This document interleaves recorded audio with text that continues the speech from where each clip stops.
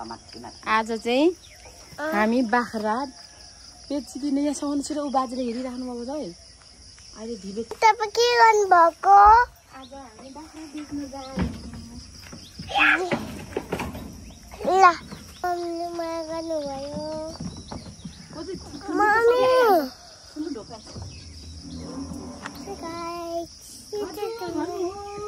तपाईँ के गर्नु भएको म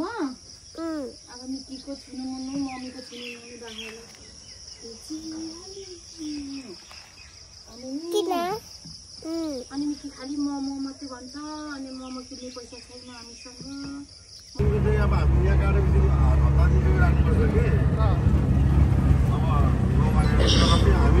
साह्रै भाउ पुर्याएन अन्त त्यसै पनि गर्नुपर्छ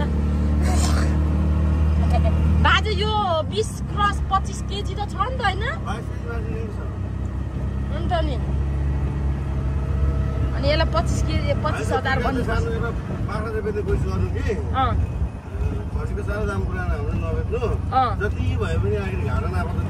मैले नि त्यही सोचिरहेको छु बाजेहरूले बरु बोजू रिसाए पनि काट्न लाउँ अनि बाजेलाई यता घरमा ल्याउन नलाउँ न उता मेरैमा पकाइदिउँला अथवा म पनि अब दाँत निस्किन्छ र मात्रै पनि त खसी त साह्रै मन पराउँछु नि मिकी अब यो बाख्रा पनि बेचिदिनु पर्ने ल हामीले यता हेर्नु राम्ररी घाँस दिनु है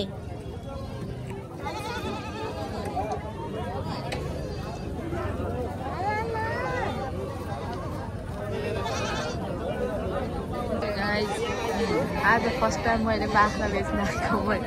मैले बेचेको झन्डै डबल दाममा लगेर गएँ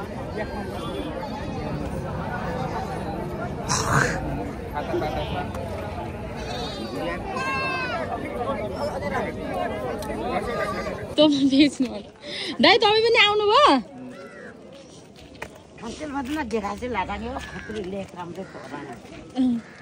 त्यता होइन है बोजू त्यो सिधै पो त कि त्यता हो र यता तल सिधैदेखि आएको हो हामी सिधा ए न यता तलबाट आयौँ हो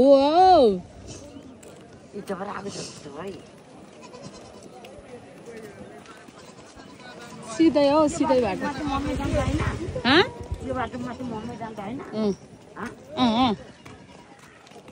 मौसम यस्तो छ भनेर रिसाउने मान्छेलाई बाख्रा बेचेको पैसाले आइसक्रिम किनेर दिँदाखेरि चाहिँ खुसी हुँदै खाँदैछ है बाख्रा खै तपाईँको बाख्रा कपालमा रबर नकिनी नदिए भयो मसिनो लु बोजूलाई गर्छ फ्याक्नु त के भो स्याबे यसलाई त छेउ साइडबाट बोजू त्यो नि मैले बाख्रा मिकी अलिक साइडबाट एकछिन बिस्तारै उयो के अरे साइडबाट नि त्यो बुढोले चाहिँ अलिक सस्तोमा दिन्छ कि भनेर ताकेर बसेको रहेछ कि यता दिँदा त थुक्का किन दिनुभएको अघि किनेको भए नि हुन्थेछ मैले भन्दै बसिरहेको थियो किन्ने बेलामा किन्दैनन् होइन म त छक्क परेको बाख्रा नि बोजू फेरि साह्रै सस्तो बेचौँ भन्दा नि हामीले ठिकै दाममा बेचेछौँ हो अनि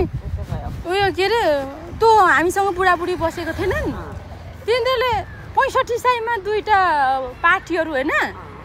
अनि माउलाई गरी 65 मा बेच्यो छक्क पर्यो तर